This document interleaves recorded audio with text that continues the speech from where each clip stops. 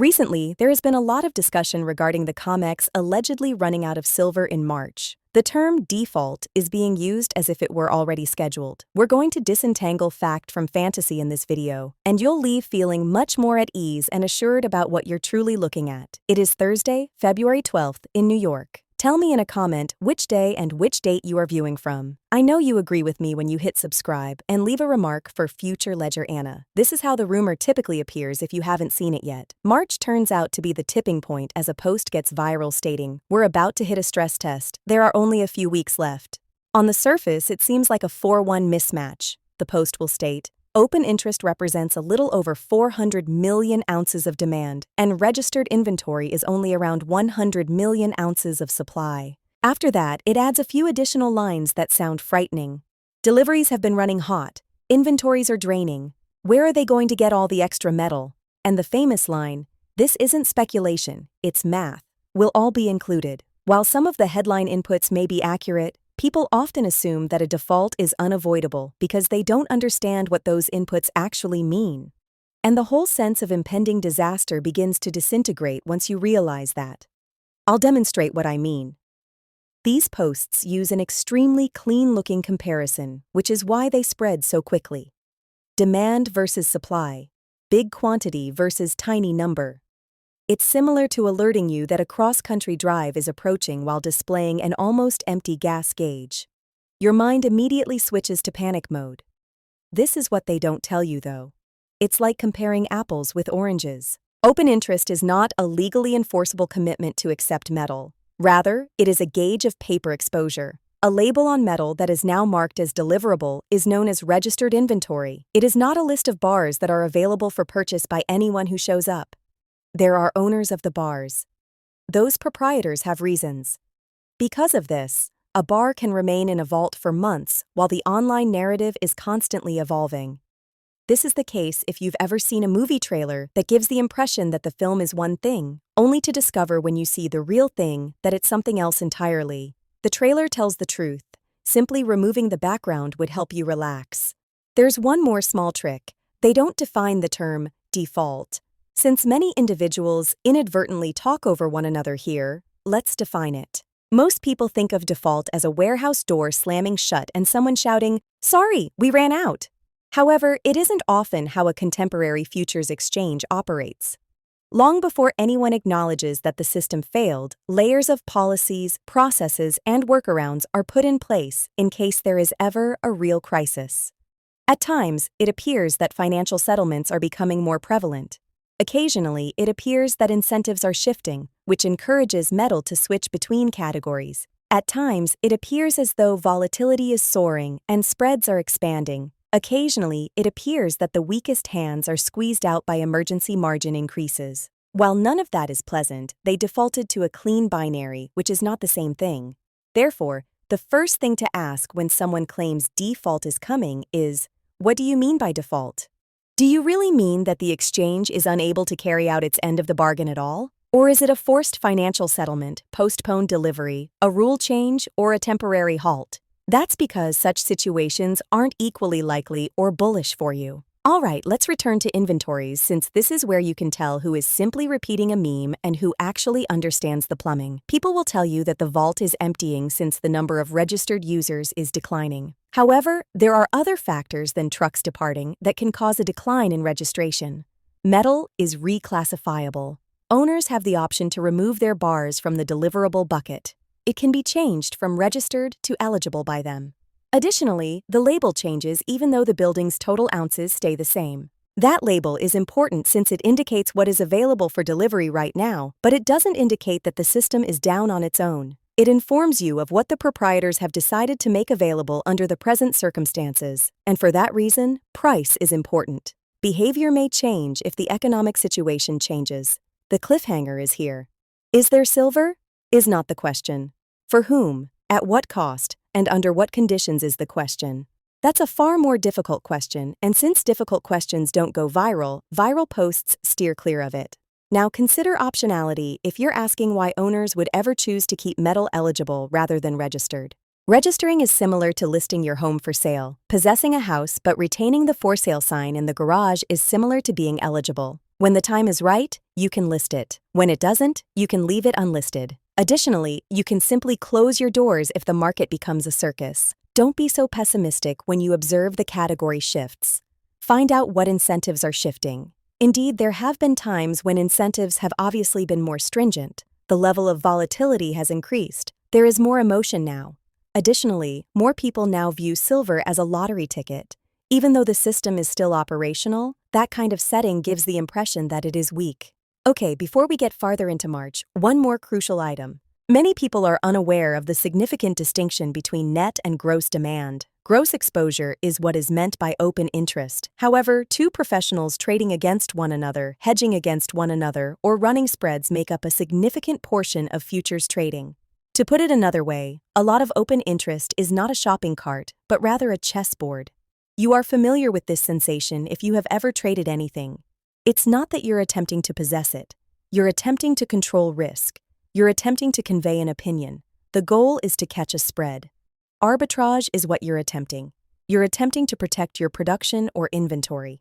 Because of this, a market may have a lot of open interest, but only a small portion of that will be delivered. Additionally, for this reason, you cannot simply look at a large number and conclude that they require that many ounces. No, they don't, not in the manner you're being told.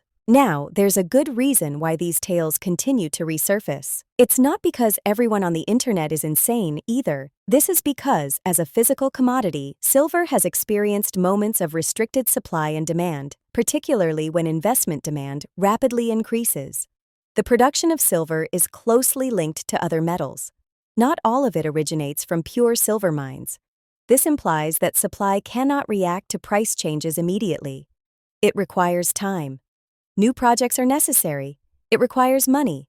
Permits are required. Not weeks, but years. Therefore, the market may feel like a door that has suddenly become smaller when demand spikes. And when that occurs, even if the transaction mechanics don't justify the dramatic ending, it gives the run-out tale an emotional resonance. Thus, in a strange way, the rumor is both untrue and comprehensible. The conclusion was incorrect. It's reasonable to be anxious. And you understand exactly what I mean if you have ever been burnt by hype. To help someone else stay motivated, share your experience in the comments if something is working. Please, really. It only takes one mistake for someone who reads your comment to get angry and click into the wrong deal. All right.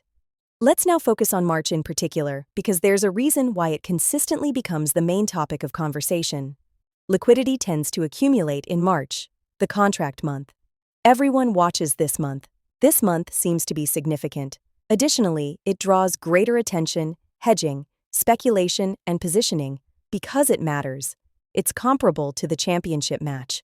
For that one, even those who don't typically watch turn up. Therefore, an increase in open interest in March does not necessarily indicate a physical panic. It's an indication of convenience as well. Traders prefer to play there. Because of this, making incorrect assumptions can result from comparing March to a lesser month. The smaller month is more akin to a specialized gathering with a highly targeted audience. March is a stadium, different behavior, different crowd, and different motivations. I now wish to present the viewpoint of the skeptics. Some people believe that only retail is interested in metal and that large institutions will never accept it. That is also untrue. Delivery is something that commercial participants can and do accept when it benefits their operations. The distinction is that they typically approach it more strategically. They might have metal somewhere else. They might switch places. They might switch up their stock.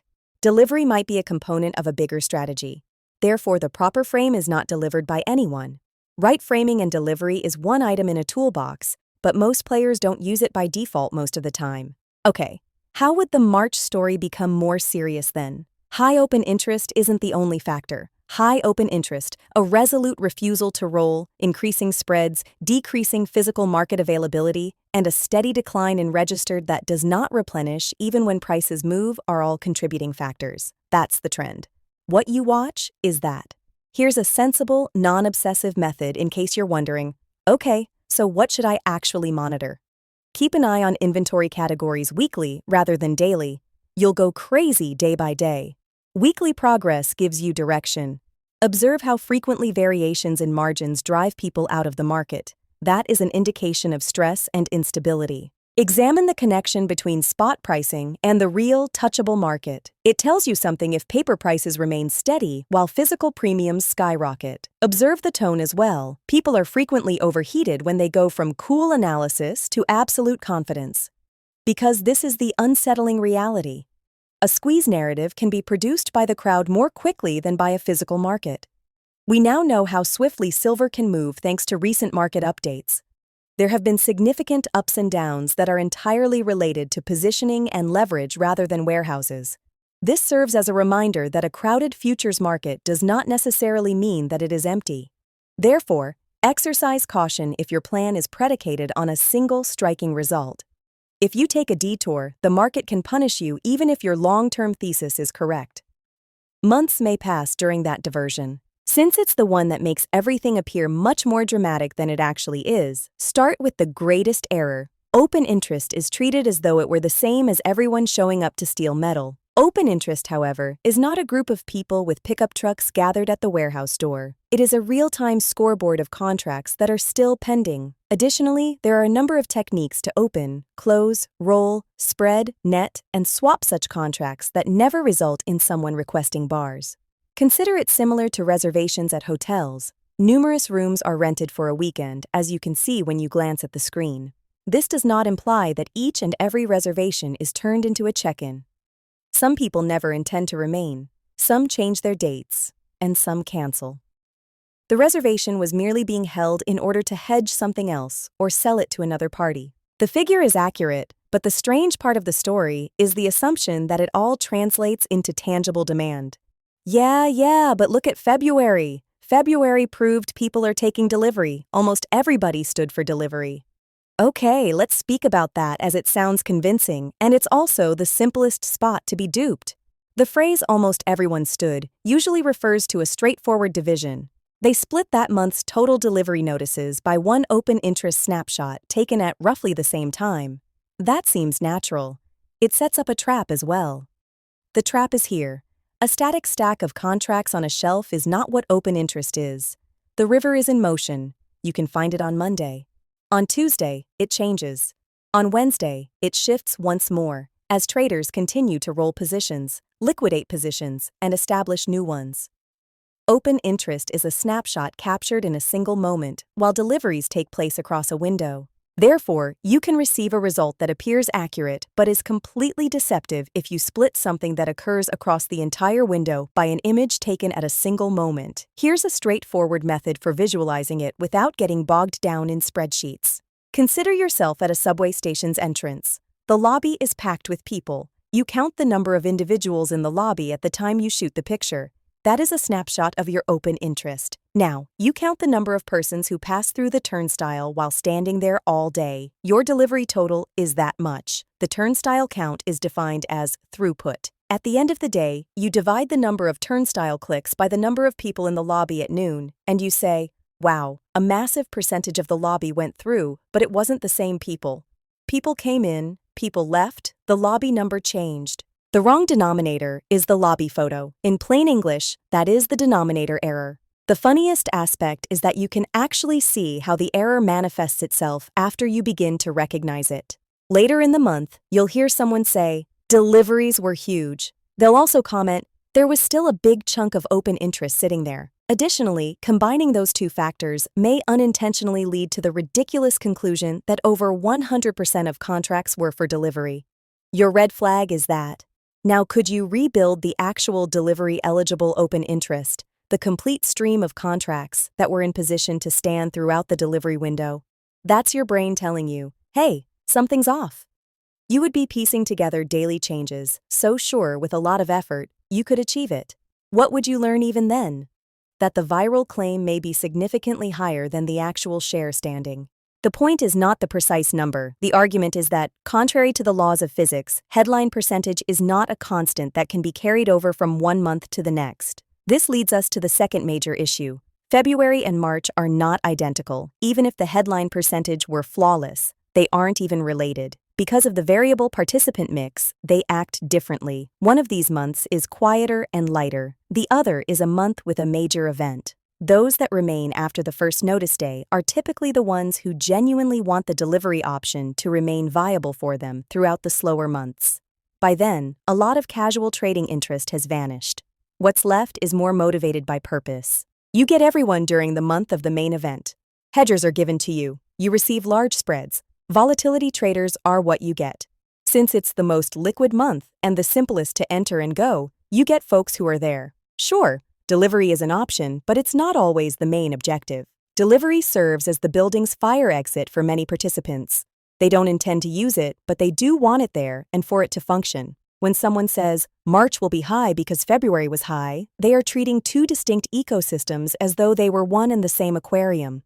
They're not. This is the point at which I wish to refute one implication that the rumor contains. There are only two possible outcomes according to the rumor. Either everything works or the exchange defaults. Stress doesn't normally manifest like that. When stress is increasing, it usually doesn't show up as a large flashing default indication. It first appears in smaller areas. It manifests as odd behavior in spreads. In the physical retail sector, it manifests as availability and premiums. It is seen in financing rates and the ease of short-term metal borrowing. It is evident in how rapidly margins are changed, how tight the order book feels, and how aggressively people roll. In addition, this market has recently shown a great deal of volatility. Because volatility alters behavior, that is significant. Exchanges typically increase margins during periods of extreme volatility. Additionally, traders may be forced to swiftly reduce positions due to fluctuations in margin. That can reduce open interest without causing anyone to lose anything or even experiencing any physical pressure. It is merely mechanical. It has to do with plumbing. Therefore, if you assume that a large open interest number is locked in, you are ignoring the very factor that has the power to quickly alter it. Since practically everyone makes a mistake at least once, let's now discuss word delivery. A truck leaving a vault is not the same as a delivery notice on the COMEX. On paper, delivery usually means a shift in ownership. It's a transfer of title. A receipt is being exchanged. While the ownership tag on the ledger changes, the metal can remain exactly where it is, on the same shelf in the same vault. Indeed, there are instances when the new owner decides to load it out. They occasionally do, but it's not always the case and requires a second procedure. Another leap is made when someone claims that because deliveries were so large, inventories must be disappearing. Even when the bars remain stationary, deliveries can still be high. Here's an alternative perspective. Consider the title of a car. 10 title transfers in a year do not always indicate that 10 automobiles were produced. It indicates that the car's owners changed. Many deliveries are closer to that than most people would like to acknowledge. When you take away the drama, what do we really have? In our market, a large headline figure for March 2026 represents unresolved contracts. The slice of metal marked as deliverable, or registered inventory, is represented by a smaller headline number. Additionally, adding metal that satisfies the specifications but isn't recorded results in a higher overall inventory figure. That final point is significant because often, when people mention that there are only roughly 100 million ounces, they are referring to a single category. The whole pool of metal that might become deliverable with the correct incentives is not what they are discussing. I'm not claiming, however, that all qualified metal will be registered overnight. It doesn't operate that way. Owners must be motivated to do it. The economics of it must appeal to them. They must be prepared to give it up. However, the main idea is that the universe is not the registered number. There is only one label on the shelf. The total amount of silver in the system is closer to the high 300 million ounce range according to previously released warehouse figures, although the registered amount is closer to the low 100 million ounce level. The reality check is that it's not quite insignificant. It isn't boundless. There are many categories and owners for this limited stock. The next thing the rumor will always say is, okay, but even if there's more metal, the demand is bigger than the supply. At this point, you need to slow down and ask a dull question to keep yourself from going into a panic. In reality, what does that demand number mean? For one straightforward reason, a contract month can have a high level of open interest while still seeing a comparatively low volume of deliveries. The majority of contracts are closed prior to delivery. A few are rolled forward. Some people are offset. Some are lifted as part of a hedge. Some are a component of an unwound spread. That is the purpose of a futures market. Because you clicked buy, it is not intended to send you a pallet of silver. The number of persons who will still be present at the crucial moment, still eligible, still willing, still funded, and still desiring the metal, is therefore fewer than the headline suggests, even though the open interest appears to be rather great. For this reason, the default countdown creates an imaginary narrative using a real number. This is where things start to become fascinating, and I want you to focus on this. The market may be tight even though a default is improbable. Stress can still be applied, it can still be strange, and depending on what they do next, folks can either get wounded or make money there, because it's not only a paper game in the silver market. One industrial metal is silver. It's a metal used for money. Technology metal is what it is, and at other times, those duties tug in different directions. On the industrial side, silver is used in electrical connections, electronics, and solar panels since it performs certain tasks better than nearly anything else.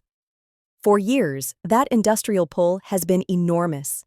Additionally, the system as a whole continues to find ways to utilize a lot of silver even when makers attempt to conserve it. When it comes to investing, silver is sentimental.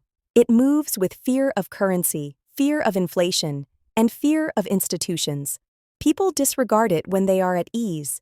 People are aware of it when they are anxious. Furthermore, there are plenty of reasons for people to feel anxious these days. In actuality, you are seeing a tug of war. The single instrument brings together industrial demand, investment flows, physical demand, and trade mechanisms. And even when it sounds clean, the headline story is nearly always incorrect when that occurs. Another new wrinkle to be aware of is this one. Exchanges have responded to the increasing retail engagement by introducing lower contract sizes and offerings. You can infer something from that. It indicates that more individuals want to be seen, and that they want it in an approachable way. More volume, volatility, and viral tales can result from more access. This does not imply that the vault is empty. It does indicate a louder audience, and negative tales propagate precisely because of a louder crowd. Let's pose a well-founded query. Will March be a stressful month? Maybe. Is a complete delivery failure likely to occur in March? That is a very higher standard. Those are distinct results. In order for a delivery failure to occur, there must be significant demand that persists after margins, roll activity, spread traders, liquidity providers, and the system has used all of its standard channels for contract resolution. The system contains outlets as well. It is possible to close contracts. You can roll them. It is possible to net them. They can be fixed by exchanging them for physical mechanisms that handle the physical component in a different way. Cash settlement is an option for participants. After receiving delivery, participants can promptly retransfer ownership. Additionally, the market may just reprice enough to relieve pressure. There are many safeguards on that system, and many individuals have many motivations to use them. So keep that in mind the next time you witness someone treating open interest like a loaded rifle aimed at the warehouse. I don't want to swing too far the other way, so let me be really clear now. It is quite possible for a market to become chaotic. Physical premiums might increase, inventory categories could change, registered people could decline, eligible people could rise, spreads could jump, volatility could blow up, and retail narratives could make it seem like the end of the world. However, the terms messy and default are not synonymous. Additionally, you're constructing your house on a thunderstorm if your plan depends on the exchange breaking. The storm may or may not hit you. Even if you do, you may not enjoy the consequences. You do not receive a clean, unlimited price payout if the central pricing venue malfunctions. Chaos results. Uncertainty results. You receive modifications to the rules. You receive emergency protocols. Position limits are given to you. Reporting requirements are given to you. You may be surprised by your taxes. Because no one believes the screen, you end up with a market that is difficult to trade. There is no such thing as a dream. It's a stressful situation. A sluggish, ugly re-rising in which supply and demand gradually equalize through increased prices is a healthier scenario. That is dull. The majority of genuine market changes also occur in this manner. What are you supposed to do with all of this? First of all, try not to think about a viral post. You should be informed by the numbers, not alarmed by them. Ask what 400 million ounces means if you hear it. Find out what category it falls under if you hear 100 million ounces. Find out how they measured it if you hear that nearly everyone stood for the delivery. Second, observe where stress initially manifests itself. Keep an eye on spreads, observe premiums, keep an eye on how inventory categories change, observe how aggressively margins are changed. More important than a doomsday countdown are those indications. Third, if anything is working, tell others about it in the comments section to keep them inspired. People don't realize how strong that is. I truly want to know where your mind is at, so allow me to ask you 2 questions. Do you believe that open interest should ever be seen as a form of physical demand that is guaranteed? Or is that, in your opinion, the biggest metal trap? And what is the first thing you look for when you come across a frightening allegation online? Delivery methods, inventory classifications, or another topic? All of this does not imply that you must be bullish or bearish. It implies that you must be clear-eyed. Without the exchange going into default, silver can still accomplish amazing things. Since working markets can still reprick strongly when participants rush the same doorway, the majority of the wild moves really occur while the system is still in operation. So don't be shocked if March gets hot. However, hot is not the same as broken. Click subscribe if you would like to see more breakdowns like this one that are composed, thorough, and concentrated on the important things. It truly does make a difference, so please leave a comment for future Ledger Anna if you would like to support me in opposing imitation channels. Okay, that concludes today's reality check. I'll see you in the next one, and thanks for watching. To be clear, this is solely for discussion and education. Your financial advisor is not me. Nothing here should be interpreted as a personal advice to purchase or sell anything because I have no idea what your circumstances are. Complete your own assignments.